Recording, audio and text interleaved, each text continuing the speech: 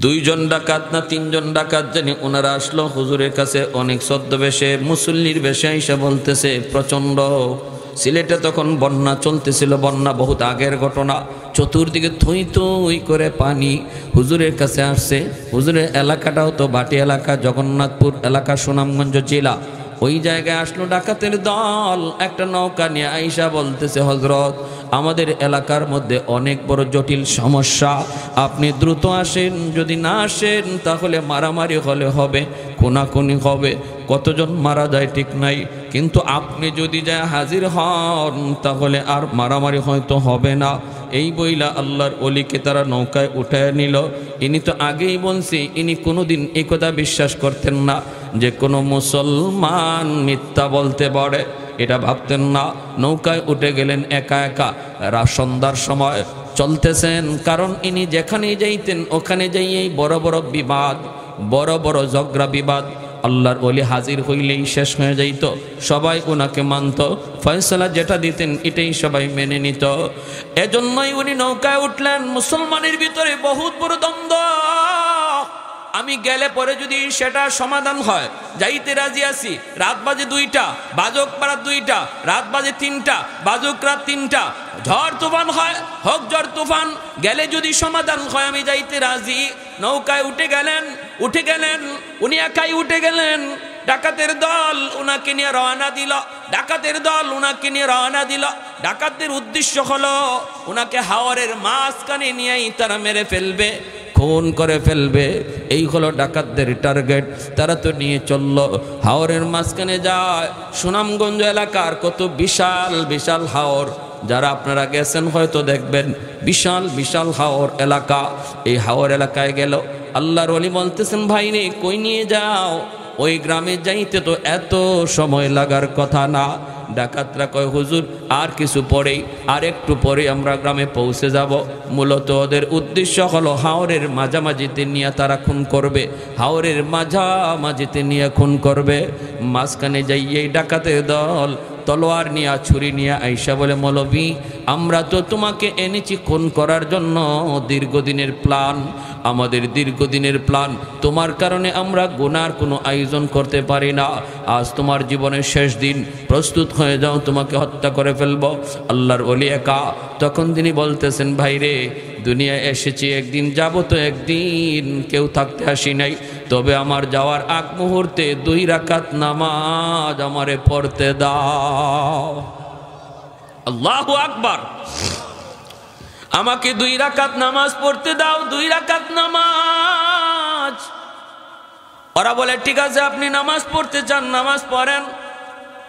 আল্লাহর ওলি নৌকার মধ্যেই নামাজে দাঁড়ায় গেলেন। দাঁড়াইতে তো পারেন না, বসে বসে নিয়ত করে নামাজে দাঁড়ায় গেলেন। যেই মাত্র নামাজে দাঁড়াইলেন, বলুন তো মুমিন নামাজে দাঁড়াইলে সম্পর্ক কার সাথে হয়? কথা কার সাথে চলে? হ্যাঁ, আসসালাতু মিরাজুল মুমিনিন। মুমিন যখনই নামাজে দাঁড়ায় তখনই আল্লাহর সাথে তার কথা শুরু হয়। যখনই কয় আলহামদুলিল্লাহ, আলহামদু সমস্ত প্রশংসা আল্লাহ পাক, তখন বলেন মানিল হামদ, কার জন্য তুমি প্রশংসা করো? কয় আল্লাহ।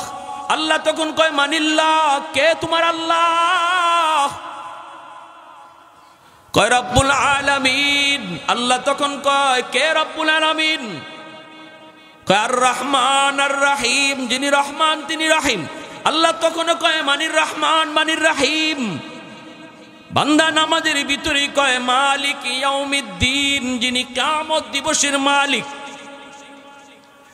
এতক্ষণ পর্যন্ত আল্লাহ নিজের পরিচয় দেন না।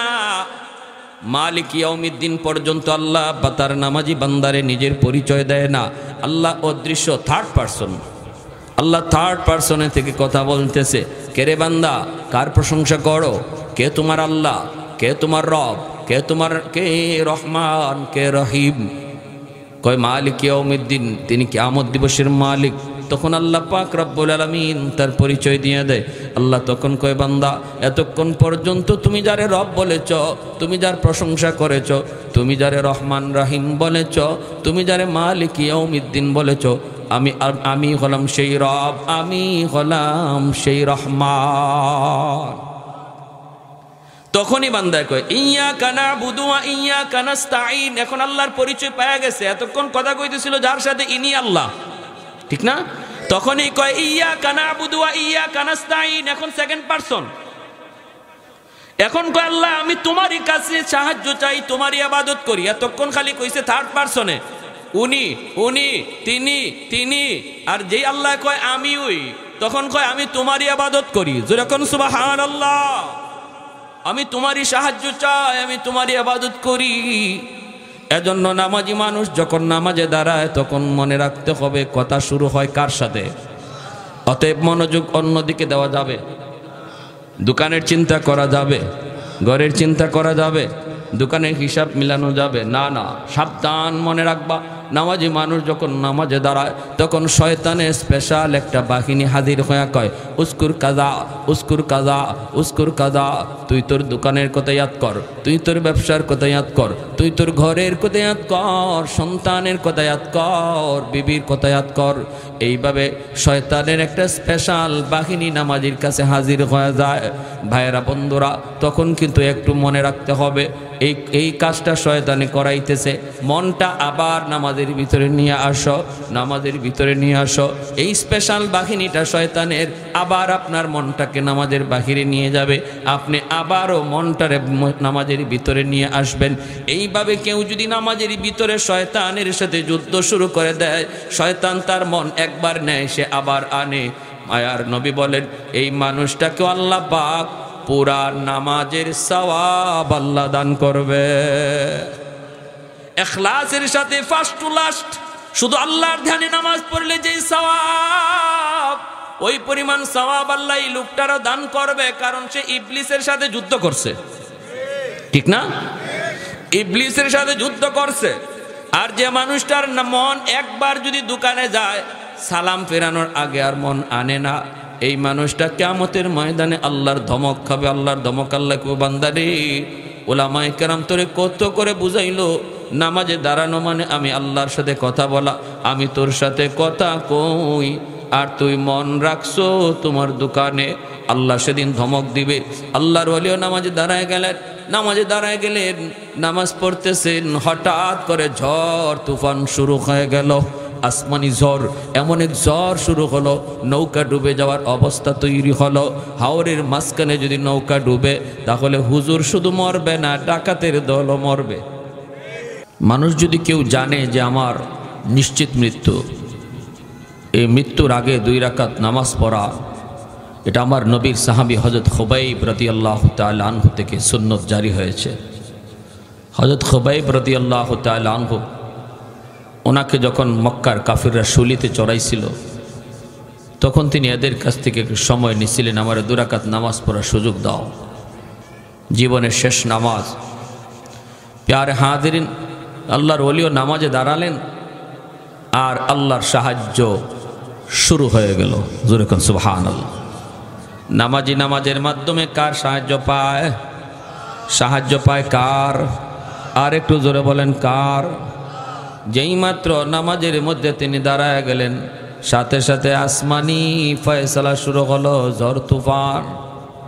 হাওরের মাঝখানে এত বড় ঝড়, এত বড় তুফান, এত বড় ঢেউ। ডাকাতের দলে কয়ে আনছিলাম তো মৌলবীরে মারতে, এখন তো দেখা যায় আমরাও মরা লাগবে। নৌকা যদি ডুবে এই হাওর থেকে সাতরাইয়া বাঁচবার কোনো উপায়? আরে আমরা তো আর মরতে আসি নাই, মারতে আনছি, তাহলে আগে আমাদের বাঁচা দরকার। মৌলবীরে মারব পরে, আগে নৌকা সামাল দাও, নৌকা সামাল দাও। এই বইলা তারা নৌকা সামাল দেওয়া শুরু করলো। ডুবে যাওয়া থেকে কিভাবে নৌকাকে বাঁচানো যায় এইভাবে তারা নৌকারে বাঁচাইতে লাগলো, নৌকা সামাল দিতে লাগলো। বাইরে রাত বেজে গেল প্রায় 3টা 4টা, শেষ রাত চলে আসলো। আল্লাহর ওলি তিনি তো নামাজ পড়ে বসা, ডাকাতের দল নিজেদের জান বাঁচানোর জন্য নৌকার হাল ধরতে লাগলো। হঠাৎ করে আল্লাহর কুদরতি ফয়সালা, হাওরের মাঝখানের নৌকা কেমন করে জানি একটা ঘাটের মধ্যে এসে লাগলো। এই ঘাট কোন ঘাট, এই ঘাটে কেমন করে নৌকা এসে লাগলো। হঠাৎ করে দেখা যায় যে এই ঘাটের মধ্যে নৌকা লাগছে, ঘাটের চতুর্দিক দিয়া টর্চ লাইট মেরে মেরে পুলিশ আসতেছে। তখনই বোঝা গেল ঘাটটা ছিল সুনামগঞ্জ থানার ঘাটে দেয়া নৌকা লাগল। কি খবর? আল্লাহর পাগল যে হয়, আল্লাহর পাগল কোথায় থেকে কোথায় যাবে সেই সিদ্ধান্ত নেয় কে? মানুষ চলে বাংলাদেশ এয়ারলাইন্সে, আর আল্লাহর ওলিরা চলে আল্লাহর এয়ারলাইন্সে, ঠিক কিনা? আরেকজন সিলেটের কুতুব নুরুদ্দিন ঘরপুরি রহমতুল্লাহি আলাইহি আজকে দুনিয়ায় নাই। মাগরিবের নামাজ পড়তেন সিলেট, আসরের নামাজ পড়ছেন ময়মনসিংহ, মাগরিবের নামাজ পড়তেন সিলেট। কোন বিমানে গেলেন, কোন বিমানে আসলেন? কয় মানুষ চলে বাংলাদেশ এয়ারলাইন্স, বাংলাদেশ বিমান, আর আল্লাহর ওলিরা আল্লাহর কুদরতি বিমানে তারা চড়ে। আল্লাহু আকবার, জোরে কন, আর একটু জোরে বলেন আল্লাহু আকবার। আমি এক এলাকায় এরকমভাবে প্রতি বছর তফসির করি, সিলেটের চুনারঘাট 7 দিন ব্যাপী তফসির হয়। এই তফসিরে 1 বছর বয়ান করি। হুজুররা বলতেছে, হুজুর নুরুদ্দিন ঘরপুরি রহমতুল্লাহি আলাইহি তিনি একদিন আসছেন, তফসির করছেন, রাতে হুজুর থাকবেন, আমরাও হুজুরের জায়গা করে দিলাম। হঠাৎ করে গভীর রাতে হুজুর ঘুম থেকে না, তাহাজ্জুদের নামাজ পড়তেছে। হঠাৎ করে কোন ছাত্র জানি ডিস্টার্ব করছে, উনি মিজাজ গরম হয়ে গেছে। কে আমার নামাজে এত গন্ডগোল ঘটাইলো, কে আমারে ডিস্টার্ব করলো, আমি থাকবো না, চলে যাব আমি ঘরপুর। চুনারঘাট থেকে ঘরপুর যাবেন সহজ কথা নয়, গাড়ি ছাড়া সম্ভব না, প্রায় 2 ঘন্টা 2.5 ঘন্টা সময় লাগবে গাড়িতেও। হুজুররা কয়, হুজুর রাত বাজে এখন 3টা, কেমন করে আমরা আপনাকে ঘরপুর পৌঁছাবো? কোনো গাড়ি গুড়ি কিছুই তো নাই, হুজুর একটু কষ্ট করে থাকেন। আল্লাহর ওলি কয়, তোমরা আমাকে পৌঁছাও এটাকে আমি বলছি? আমি শুধু বলছি আমি থাকবো না, চলে যাব। ফজরের নামাজের পর আমার বুখারীর দরস আছে, আমি বুখারী শরীফ পড়াবো ফজরের পর, আমার যেতেই হবে। হুজুর কেমনে যাবেন? কয়, এটা কি তোমাদের বলতে হবে? মাদ্রাসার দোতলা থেকে নেমে তিনি রাস্তায় চলে আসলেন। হুজুররাও পিছনে পিছনে, কেউ ভয়ে কোনো কথা বলেন না, ভয়ে কোনো কথা বলেন না। উনি রাস্তায় এসে দাঁড়ায় রইলেন। গাড়ি ঘোড়া তো নাই, রিক্সা পর্যন্ত নাই, কোনো ভ্যান গাড়ি পর্যন্ত নাই, কিছুই তো নাই। হুজুররাও কেমনে হুজুরে পাঠাবেন, সবাই পিছনে দাঁড়ায় রয়েছেন আর কাঁপতেছেন ভয়ে। এখন কি করি? আবার যদি বলি হুজুর একটু রেস্টে আসেন, তাহলে মারতেও পারে, হুজুরে হাতে লাঠি দিয়ে বাড়িও দিতে পারে। কয় তাহলে এখন কি করি? হঠাৎ করে দেখা যায় ওই দিক থেকে একটা সাদা রঙের প্রাইভেট কার শা ডাকায়া হুজুরের সামনে হাজির হইয়াই হুজুরকে সালাম দেয়। পাগড়ি পরা ড্রাইভার, সাদা পোশাক, সাদা পাগড়ি, গাড়িটাও সাদা, শা ডাকায় আসলো। এই সেই গাড়িটা থামায়, আসসালামু আলাইকুম ওয়া রাহমাতুল্লাহ, হযরত গাড়িতে উঠেন। কোনো কথা নাই, কোনো বার্তা নাই, কোনো আওয়াজ নাই, কই যাইবেন, কি করবেন কিছুই না, বোঝা যায় আগে থেকে কন্টাক্ট হয়ে রয়েছে। এইবার হুজুররা বলতেছেন, আমরা অবাক হয়ে দেখতেছিলাম আর বলতেছিলাম, আমরাও তাকায় রইছি দেখি ড্রাইভারে চিনি কিনা। এই ধরনের গাড়ি আমরা আমাদের চুনারঘাটে কোনোদিন দেখি না, এইরকম ড্রাইভারের চেহারাও কোনোদিন আমরা চুনারঘাট আমাদের এলাকায় দেখি নাই।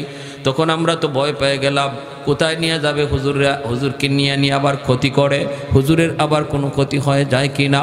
আমরা বলতেছিলাম, ভাই তুমি কে? ভাই তুমি কে? কোথায় তোমার গাড়ি থাকে? কোন গ্যারেজে থাকে? কে তুমি? বাড়ি কোথায়? আমরা প্রশ্ন করি, সে আমাদের দিকে তাকাই না, জবাব দিবে দূরের কথা, তাকাই না। হুজুর গাড়িতে উঠলেন, পিছন দিকে টান দিয়া হুজুর গাড়িতে বসলেন। আবার যখন জিগাই, সামনে দাঁড়ায় গেছি আমরা, যে আগে জানতে হবে গাড়ি কার, কই নিয়ে যাবে। যখন আবার প্রশ্ন করেছি, হুজুর লাঠি দিয়ে আমাদেরকে বলেন, এ মিয়া, কারে কি জিগাও? তোমরা কারে কি জিগাও? ও কি মানুষ নাকি? ও জবাব দিবে, ও তো জিন্নাত। আল্লাহু আকবার। কারে কি জিগাও? রাস্তা ছাড়ো। সবাই রাস্তা ছেড়ে দিল, শা ডাকায়া এই গাড়ি দিয়ে হুজুরকে পৌঁছায় দিল ঘরপুর। হুজুররা ফোনে জানেন হুজুর ফজরের নামাজ গিয়া ঘরপুর মাদ্রাসায় পড়ছেন, এর নামাজ পইরে আবার বুখারীর দরসে বসে গেছে। এজন্য আল্লাহ নবী কে উলামায়ে কেরামের কদর, মাদ্রাসার কদর, বাচ্চাগুলির কদর মানুষ তোমরা যদিও না বুঝো, দানব বুঝে, জিন্নাত বুঝে, পশু পাখি বুঝে, তারা উলামায়ে কেরামের কদর জানে। ছোট ছোট বাচ্চা তুমি দেখতেছো, ছোট বাচ্চা, কিন্তু তার কি পরিমাণ দাম এটা জমিন টের পায়। আল্লাহু আকবার জোরে কর। যেই মানুষটা, যেই বাচ্চাটারে আল্লাহ পাক রব্বুল আলামিন যার সিনাটাকে পছন্দ করেছে তার কালাম আমানত রাখার জন্য, হাজারো বাচ্চার ভিতর থেকে আল্লাহ পাক পছন্দ করে নির্বাচন করে কিছু বাচ্চাকে আল্লাহ পাক তার কালাম, তার সিনায় আমানত রাখার জন্য আল্লাহ পছন্দ করে। ওদেরকে আল্লাহ মাদ্রাসায় আসার তৌফিক দেয়, ওদের বাপমার কলিজাটার মধ্যে আল্লাহ পাক মাদ্রাসার মহব্বত ঢুকায় দেয়। ওই বাপমাই মাদ্রাসায় তারা বাচ্চাটারে নিয়ে হাজির হয়, কারণ এই বাচ্চাটা আল্লাহর তালিকায় মকবুল হয়ে আছে। তাহলে এই বাচ্চাটারে দাম দিয়ে মহব্বত করবেন, ধমক দিবেন না, মৌলভী সাহেবকে ডাক দিবেন। এই ছোট বাচ্চাটা যে মাদ্রাসায় পড়তেছে তারও মৌলভী সাহেবকে ডাক দিবেন, তারে আদর করে খাওয়াবেন, তারে ভালো মন্দ খাওয়াবেন। মনে রাখবেন একটা মাদ্রাসার তালেবে এলেমকে খাওয়ানো মানে মায়ার নবীর হাদিসের ভাষায় তুমি তারে খাওয়াইতেছ না, বরং এই বাচ্চার উসিলায় আল্লাহ তোমাকে আমাকে খাওয়ায়। যেই ঘরে যে বাচ্চাটা খায়, মায়ার নবীর হাদিসের ভাষায় এই বাচ্চার উসিলায় আল্লাহ ঘরের মানুষরে খাওয়ায়, কারণ সে কোরআনের পাখি, আল্লাহর তালিকায় সে মঞ্জুর। কিছু কিছু বিষয় আছে আল্লাহ নিজে নির্বাচন করে নিজের হাতে। নবী কে হবে সেটা আল্লাহর নির্বাচিত। আমলের মাধ্যমে নবী রাসূল হওয়া যায় না, ওলি হওয়া যায়। নবীর সাহাবী কারা হবে এটা আল্লাহর নিজের নির্বাচন করা। আমলের মাধ্যমে আব্দুল কাদের জিলানি হওয়া যায়, সাহাবী হওয়া যায় না। ঠিক তেমনি দুনিয়ার হাজারো লক্ষ বাচ্চাগুলির ভিতর থেকে কোন বাচ্চাটা আল্লাহর কালাম সিনায় নিবে এটাও আল্লাহর নিজের নির্বাচন করা, আল্লাহর নিজের হাতের নির্বাচন। এজন্য এই বাচ্চাগুলির কদর করবেন, মায়া করবেন, আদর করবেন। সে নিজের ইচ্ছা আসে নাই, আল্লাহ তারে আনাইছেন। সুবহানাল্লাহ। আমার ভাইয়েরা, এজন্য বলতেছিলাম ওই শাইখে কাতিয়া রহমতুল্লাহ আলাইহি ইনি রম করছেন, এখন হঠাৎ করে পুলিশ টর্চ মাইরা সামনে আসছে, আইসেই দেখে শাইখে কাতিয়া, ওনারে তো চিনে পুলিশ, সবাই চিনে। হযরত আপনি ডাকাতের দল সাথে সাথে হুজুরের পা জড়ায় ধরে কয়, হযরত আমাদেরকে মাফ করেন, জীবনের জন্য আমরা অপরাধ ছেড়ে দিলাম, জীবনের জন্য আমরা গুনাহ ছেড়ে দিলাম, আজকে নিজের চোখে যা দেখছি। আল্লাহর ওলি বলেন, তাহলে কথা দাও আমার জীবদ্দশায় কারো কাছে এই কেরামতি বলবা না। কারণ খাঁটি আল্লাহর ওলি যারা, এরা নিজেদের কারামত কারো কাছে বলে না, কেউ যদি দেখে তারে বলতেও নিষেধ করে। আর ভেজাল যেখানে আছে সেখানেই শুধু বড় বড় সাইনবোর্ড, বড় বড় ডিগ্রি, নাম খুঁজে পাওয়া যায় না, ডিগ্রি ঠেলায়। আশিক রসুল, মাহবুবে খুদা, গাউসে হামদানি, কুতুবে রব্বানি, সারা শৈল্য সুলকানি, নাম কইরে কয় নাম লাগতো না, খালি টাইটেল ফর। ঠিক না? নাম লাগবো না, খালি টাইটেল ফর। 16টা টাইটেল, 32টা টাইটেল এখন ফিসাবের নামের আগে। এটা আমরাও বুঝি, যত জায়গায় বেজাল্লে জিনিস এটার সাইনবোর্ড খুব চকচকা। ঠিক না? খাটে জিনিসের সাইনবোর্ড লাগে না। মধুপুরে পিসাবুজুর রাহিমাহুল্লাহ নামের আগে অত টাইটেল নাই। ঠিক না? সহজ সরল। এখন আল্লাহর ওলি কয়, তাহলে তোমরা কথা দাও কারো কাছে বলবা না। কয় ঠিক আছে হযরত, আমরা কথা দিলাম কারো কাছে বলবো না। আর আরেকটা আরজু হলো আমাদের বাকি জীবনটা আমরা আপনার খাদেম হইয়া কাটাতে চাই। পুলিশেরা কয়, হুজুর এরা কারা? আল্লাহর ওলি কয়, এরা আমার খাদেম। সুবহানাল্লাহ কয়। পুলিশরা কয়, হুজুর এরা কারা? ইনি কয়, আমার খাদেম। আল্লাহর ওলি যতদিন জীবিত ছিলেন ওদেরকে কেউ চিনত না, খাদেম হিসেবেই ছিল। যেদিন দুনিয়া থেকে বিদায় হন, এরপরে তারা তিনজন নিজেদের অতীতের ইতিহাস মানুষকে জানায়। কেমনে তারা এই লাইনে আসলো, কেমন করে হুজুরের খাদেম হলো?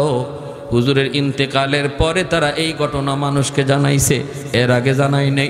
মানুষ শুধু জানতো তিনজন হলো হুজুরের জানবাজ খাদেম।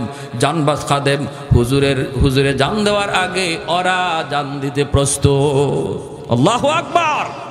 ওয়া নুনাজ্জিলু মিনাল কুরআন মা হুয়া শিফাউন ওয়া রাহমা ওয়া রাহমাতুল লিল মুমিনিন। এজন্য আমার ভাইরা বলতেছিলাম, এই চল গলগলিয়া মার্কাজুল উলুম মাদ্রাসাটা আপনাদের এলাকার জন্য রহমত, আপনাদের এলাকার জন্য রহমত। এই মাদ্রাসাকে যারা মায়া করবেন, মায়ার নজরে দেখবেন, আল্লাহ আপনার জিন্দিগিতে রহমত আল্লাহ নাজিল করবে। আপনার যত নিয়ামত আছে আল্লাহ নিয়ামত আল্লাহ বাড়ায় দিবে। মাদ্রাসা যদি না থাকে রহমতের দরওয়াজা বন্ধ হয়ে যাবে। কারা কারা রহমত জারি রাখতে চাই আল্লাহর, একটু হাত তুলে আল্লাহকে দেখাই। তাহলে মাদ্রাসার প্রতি বিদ্বেষ না মহব্বত? বিদ্বেষ না মহব্বত? এবং নিজের সন্তান, নিজের নাতি নশাকে মাদ্রাসায় দেন, নিজের সন্তানটারে দেন। হাসরের মাঠে আল্লাহ ওই হাফেজে কোরআনের বাপমার মাথায় নিজের হাতে আল্লাহ পাগড়ি পরাইয়া দিবে। আল্লাহ বলবে, দুনিয়াতে তোমার সন্তানের মাথায় পাগড়ি পরাইছে তার উস্তাদ, আর হাসরের মাঠে আমি আল্লাহ তোমাদের মাথায় পাগড়ি পরাবো। কারণ দুনিয়ার সমস্ত বাপমা স্রোতের তালে তালে স্কুল কলেজ ভার্সিটির দিকে চলতেছিল, আর তুমি স্রোতের উল্টা দিকে চলছিল। আমি আল্লাহকে খুশি করার নিয়তে সবাই তোমারে মন্দ বলছে, এরপরও তুমি তাদের কথায় কান দাও নাই। আমি আল্লাহরে খুশি করার নিয়তেই সন্তানকে মাদ্রাসার বারান্দায় নিয়ে হাজির হয়েছিলে। ওই দিন আমি আল্লাহ তোমার চেহারা কুদরতি নজরে দেখছি। যেদিন তোমার সন্তানের মাথায় পাগড়ি পরায় উস্তাদ, সমস্ত মানুষ তোমার সন্তানের চেহারার দিকে তাকায়, আমি আল্লাহর কুদরতি নজর তোমরা বাপমার চেহারার দিকে থাকে। বাপমারে এত দাম, বাপমার এত দাম, এত সম্মান দিবে আল্লাহ হাসরের মাঠে। নবীর বাপমার মাথায় পাগড়ি পরানোর কথা আসে নাই, মুকুট পরানোর কথা আসে নাই, কিন্তু আলেম আর হাফেজ উলামায়ে কেরামের বাপমার মাথায় মুকুট পরানোর কথা আল্লাহ নবী বলেছেন। আল্লাহ পরাইবেন, মান কারা আল কুরআন ওয়া আমিলা বিমা ফিহি উলবিসা ওয়ালিদাহু তাজান ইয়াউমাল কিয়ামা দাউহু আহসানু মিন দাউইশ শামস। মায়ার নবী বলে, ওই মুকুটের পাওয়ার সূর্যের পাওয়ারের চেয়েও বেশি হবে। হাসরবাসী দেখবে কে সে এত বড় পাওয়ারফুল মুকুট নিয়ে হাঁটতেছে। কে চেনো না? ইনি মুফতি সাহেবের আব্বা, ইনি হাফেজ সাহেবের আব্বা, ইনি অমুক আলেমের মা। দুনিয়াতেও মানুষ তারে ডাক দিছে, ও মুফতি সাহেবের আব্বা, ও হাফিজ সাহেবের আম্মা কইয়া। হাসরের মাঠে আল্লাহ তারে ডাক দিবে, ও হাফিজ সাহেবের আব্বা। সুবহানাল্লাহ। নাম ধরে আল্লাহ ডাক দিবে না। একজন হাফেজে কোরআনের বাপমার নাম ধরে আল্লাহ হাসরের মাঠে ডাকবে না। আল্লাহ হাসরের মাঠে ডাক দিবে মুফতি সাহেবের আব্বা কইয়া, মা আলেমের আব্বা কইয়া, একজন হাফেজে কোরআনের মা কইয়া। আল্লাহ নাম না নিয়া এই লকব ধরে আল্লাহ হাসরের মাঠে ডাক দিবে। কারণ নবী বলেছেন, দুনিয়াতে মানুষ তারে যেই নামে ডাকছিল, হাসরের মাঠে আল্লাহ এই নামেই ডাক দিবে। তাহলে সন্তান মাদ্রাসায় দিলে লস না লাভ? লস না লাভ? যদি সুযোগ না থাকে, দাদা যদি হয় নাতিরে ভর্তি করব, পারবো না ইনশাল্লাহ, নাতিরে ভর্তি করব। তবু আওলাদ থেকে আল্লাহ যেন কোরআনের হাফেজ আলেম কবুল করে, এই এলাকার ঘরে ঘরে যেন আল্লাহ পাক হাফেজ আলেম কবুল করে। ওয়া আখির দাওয়ানা আনিল হামদুলিল্লাহি রাব্বিল আলামিন।